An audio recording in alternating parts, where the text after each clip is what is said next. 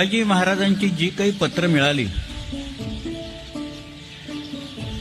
त्याची एकूण संख्या जर का आता काढली, खरं म्हणजे शिवाजी राजांची कारकीर्द पहिल्या पत्रापासून ते 80 सालपर्यंत 35-36 वर्षाची कारकीर्द, याच्यात हजारो पत्र मिळायला पाहिजे होती खरं.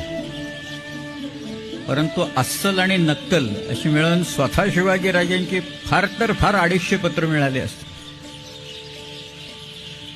त्याचं एक कारण म्हणजे घरगुती जी पत्र असतात ती काही आपण फार जपून ठेवतो अशातला काही भाग नाही.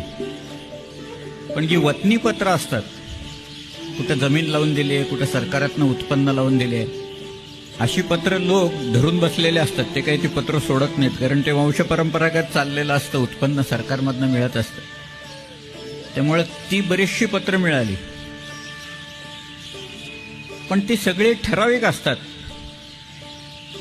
दुमाले करणे म्हणून शब्द येत असेल इथे, जर का काही कोणी वाचक असतील तर ते दुमाला म्हणजे दुंबाला नुमायन म्हणजे नूतनीकरण, रेन्यू करा अशा पद्धतीची ती पत्र असतात. जे काही चालत आलेले ते रेन्यू करून टाकतात.